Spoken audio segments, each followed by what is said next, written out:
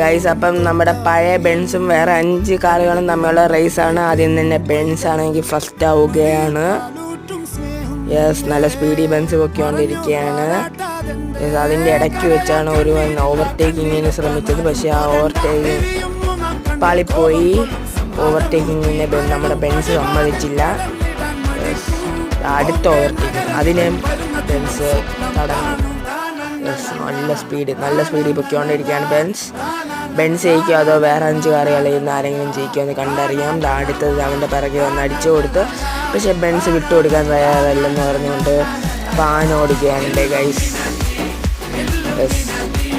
ഇത് കാണുമ്പോഴാണ് old is gold എന്ന ഡയലോഗ് എനിക്ക് ഓർമ്മ വരുന്നത്.